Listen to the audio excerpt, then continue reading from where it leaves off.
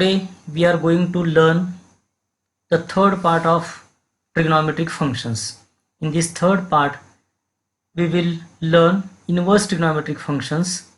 While learning the article functions in 11th class, we have drawn the graph of trigonometric functions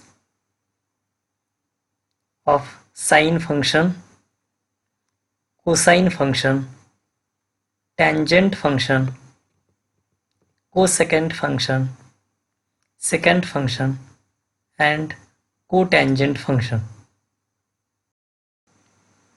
We know that a function y equal to f of x is 1, 1 and on 2, then f is called as bijective function.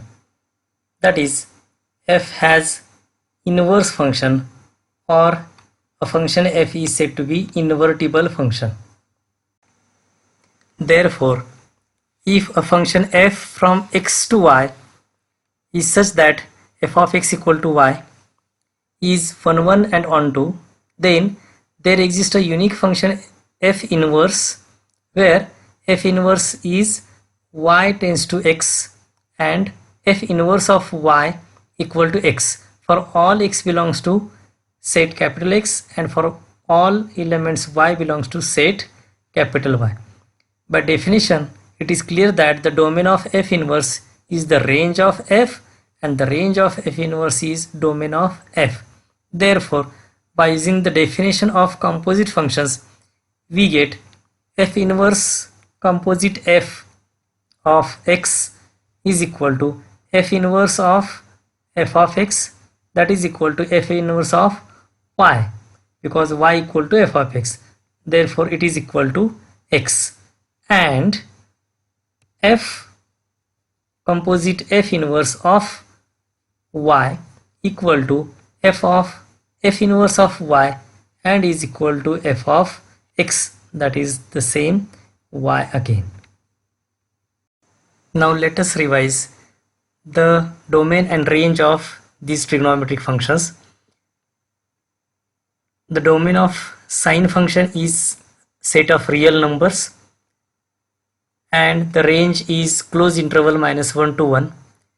The domain of cosine function is set of real numbers and the range is closed interval -1 to 1. The range for tangent function is a set of all real numbers except the odd multiples of all integral multiples of pi by 2, and the range is set of all real numbers. The domain of cotangent function is all real values except the integral multiples of pi, while the range is set of all real numbers. The domain of secant function is all real values or real numbers except the odd multiples of pi by 2, all integral multiples of pi by 2, and the range is set of all real values except the open interval -1 to 1. And the domain for cosecant function is all real values except the integral multiple of pi, and the range is r minus open interval -1 to 1. As we know that all the trigonometric functions are periodic functions, here the period for sine function is 2 pi and for cosine function is also 2 pi, but the periods for tangent and cotangent functions are pi, while the periods of secant and cosecant functions is 2 pi. We have learned sine function. Let us recall some important points of this function. The sine function is periodic as in the interval 0 to 2 pi, the graph completes one cycle. As the sine function is periodic, in the period -2 pi to 0, it completes one period.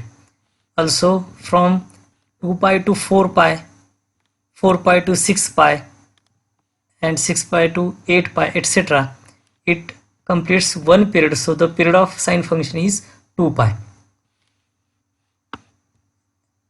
As the graph of sine function is continuous, means it is not disconnected anywhere, the sine function is also called as the continuous function. Again, every trigonometric function is many one function, because for many values of x there is only one value of y. The whole graph of sine function lies between, that is bounded between two lines, y is equal to -1 and y is equal to +1. Therefore, the function is said to be bounded function. Its upper bound is +1 and its lower bound is -1. That's why the range of sine function is -1 to +1 close interval.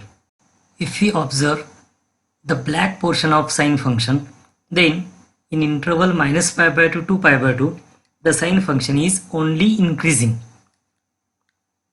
Whenever a function is only increasing or decreasing, then it is 1 1 and 1 2. Therefore, if we observe the intervals -3pi/2 to -pi/2, the sine function is only decreasing. In interval -pi/2 to +pi/2, it is only increasing. In interval pi/2 to 3pi/2, it is only decreasing.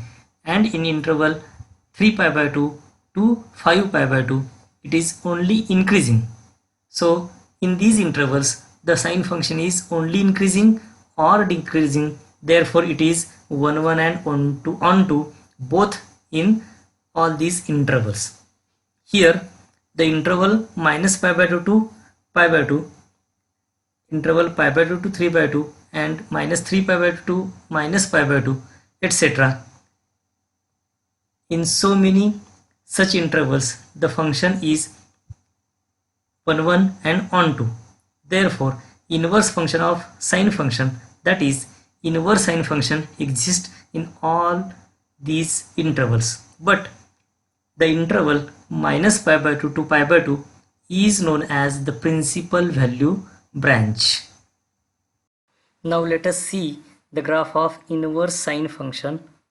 Once again, see the graph of sine function in the domain -pi/2 to pi/2 with the range minus close interval -1 to 1.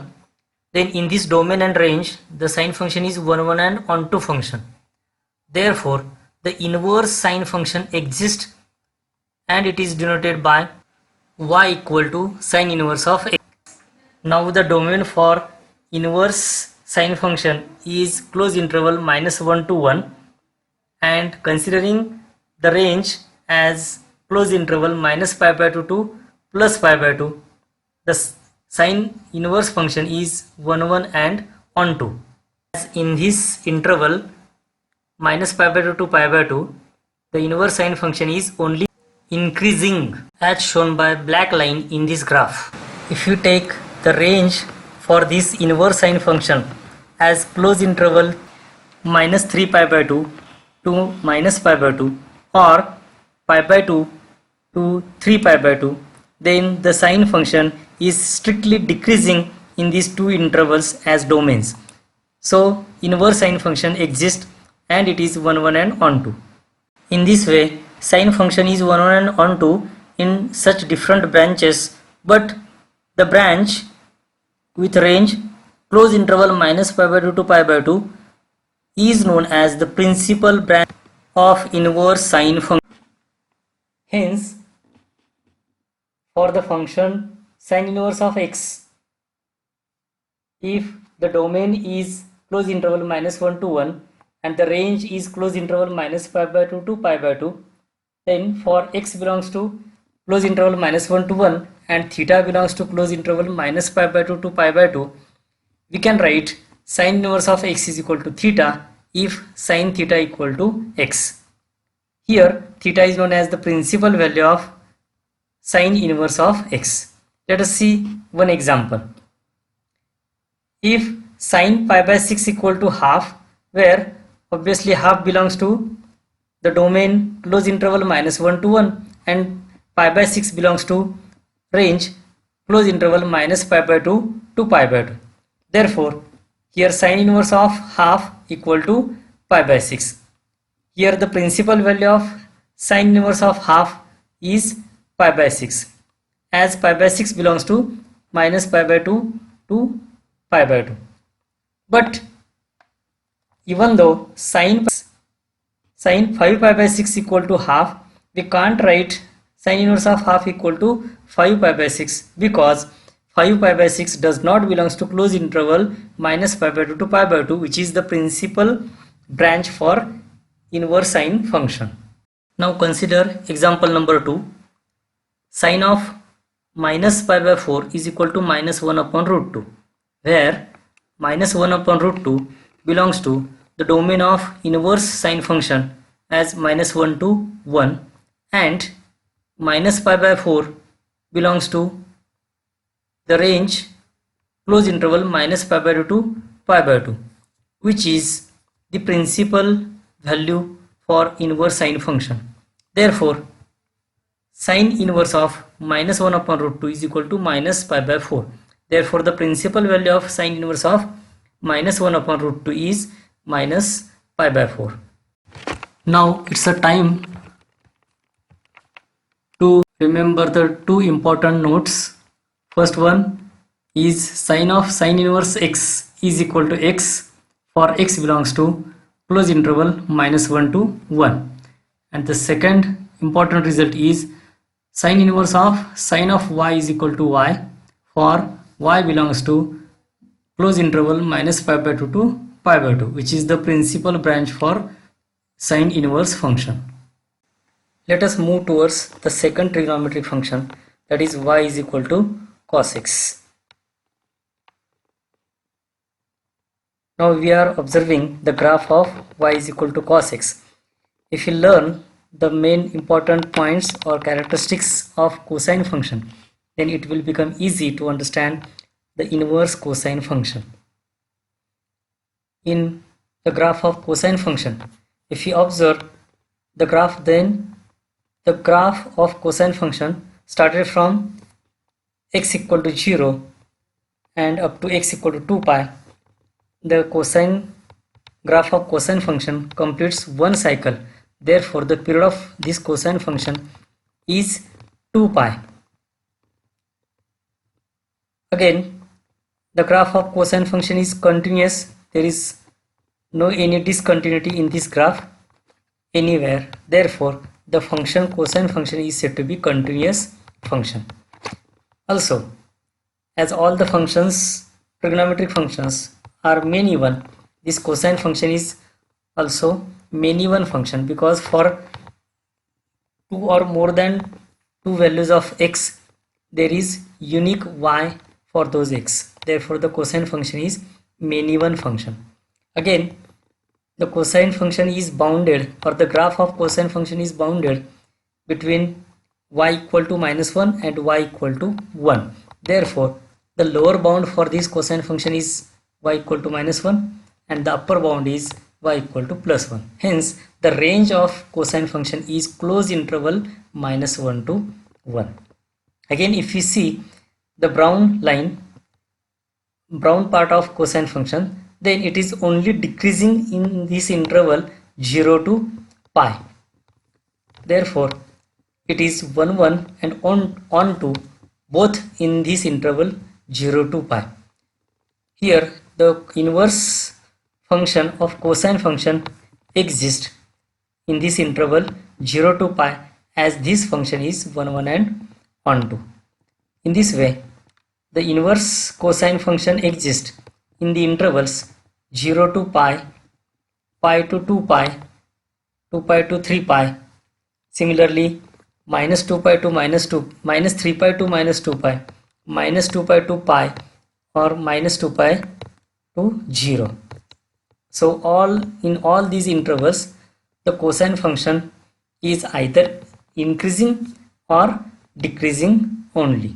Therefore, inverse function exists in all these intervals, but the interval 0 to pi is known as the principal value branch or principal branch for this inverse cosine function.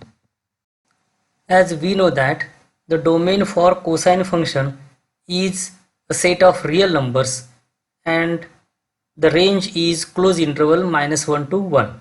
But if you consider the function cos such that its domain is close interval 0 to pi and the range is close interval -1 to 1, then we can define inverse cosine function for this given cosine function. Let us see the graph of inverse cosine function.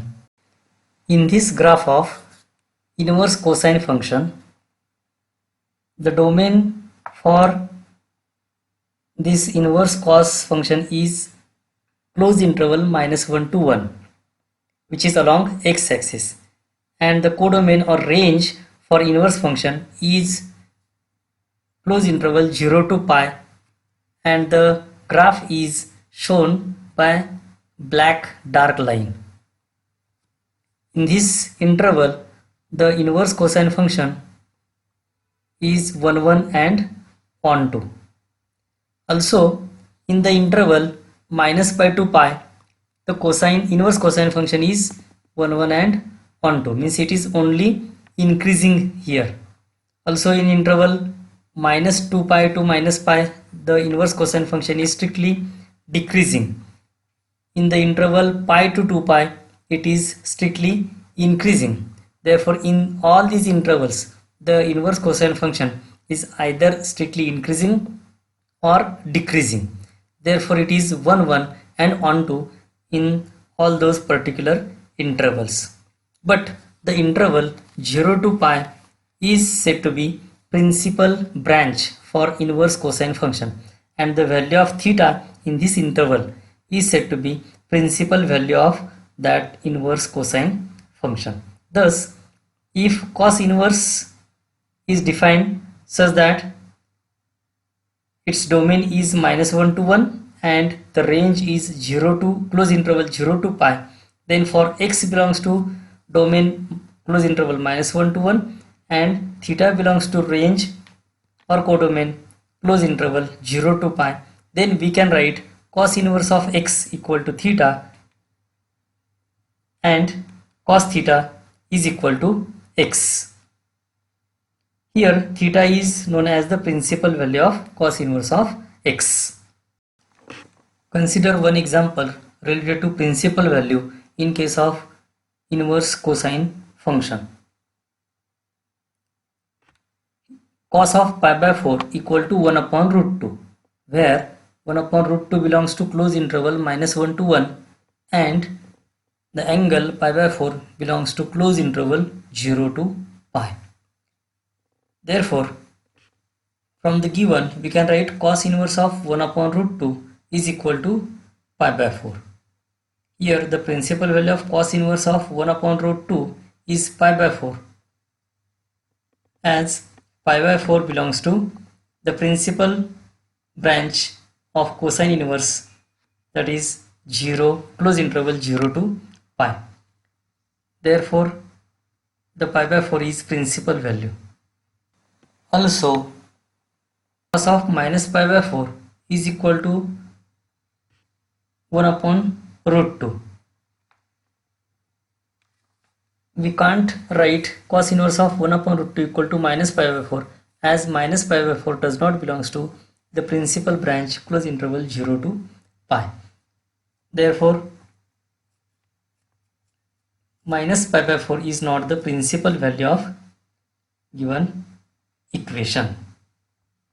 Now, from all the discussions about inverse cosine functions, we have to remember the two important results, which are cos inverse of x is equal to x for x belongs to close interval -1 to 1, and the second result is cos inverse of cos of y is equal to y for y belongs to close interval 0 to pi.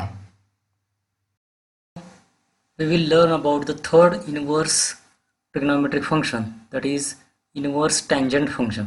Before that, we will see the properties of tangent function and its graph. If you observe the graph of tangent function, then the tangent function is once again the periodic function, because after certain interval the graph of tangent function get repeated. Here in the open interval minus pi by 2 to pi by 2, the cycle of tangent function get completed. Therefore the period of tangent function is pi. If you observe the graph of tangent function, then the tangent function is discontinuous function, because it is disconnected at the odd integral multiples of angle pi by 2.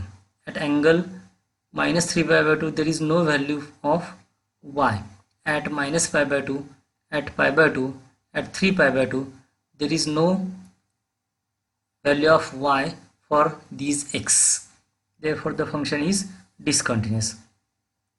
As like others, the tangent function is also mean-even function, but from graph we can say that it is not bounded function, because the value of y is a real number, because the domain for the tangent function is a set of all real numbers except odd integral multiples of pi by 2, but the range is a set of real numbers, so it is not a bounded function.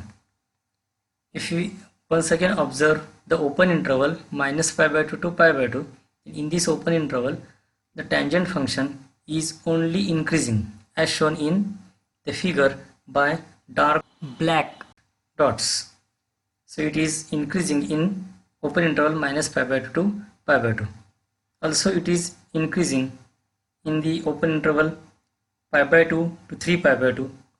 Similarly minus 3 pi by 2 to minus pi by 2.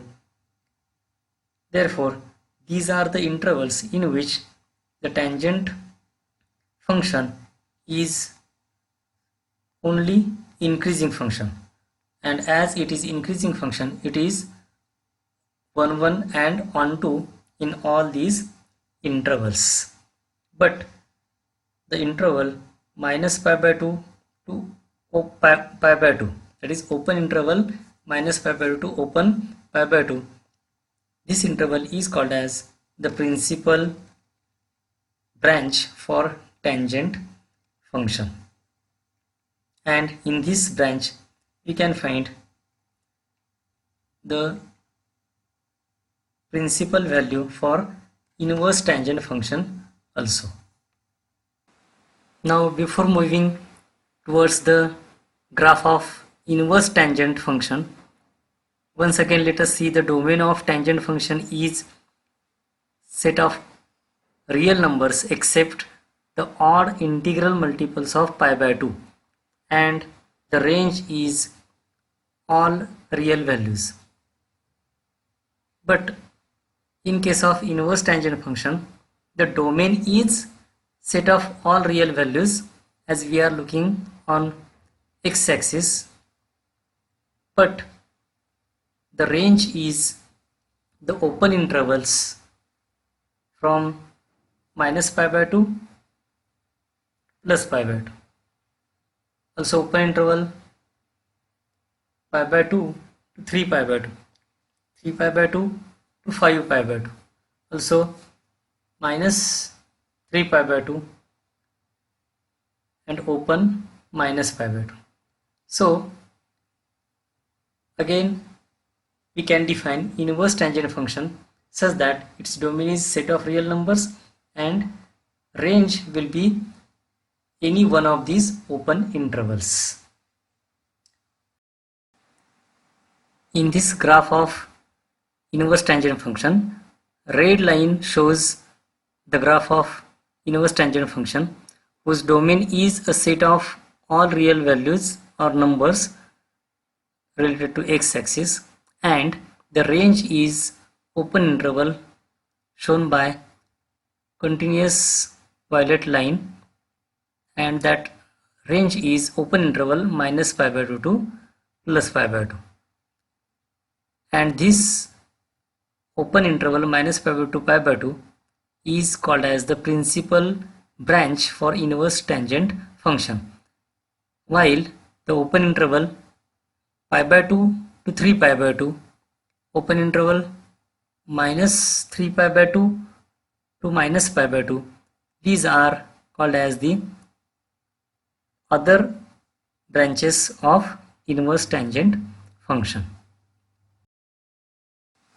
Thus, tan inverse is a function such that r tends to open interval minus pi by 2 to pi by 2. Here, the domain is r and the range is open interval minus pi by 2 to pi by 2. Therefore, for x belongs to domain r and theta belongs to range minus pi by 2 to pi by 2 open interval, we can write tan inverse of x is equal to theta if tan theta is equal to x. For this inverse tangent function, let us see one example to find the principal value of tan inverse of x. Here tan pi by 4 is equal to 1, where 1 belongs to real number and pi by 4 belongs to open interval minus pi by 2 to pi by 2. Therefore, we get tan inverse of 1 equal to pi by 4. As pi by 4 belongs to principal branch, therefore it is the principal value of tan inverse of 1. Therefore, the principal value of tan inverse of 1 is pi by 4. From all these discussions, we conclude that tan inverse of x is equal to x for all x belongs to set of real numbers, and the tan inverse of tan of y is equal to y for y belongs to the principal branch open interval minus pi by 2 to pi by 2. Okay, this is all about inverse tangent function.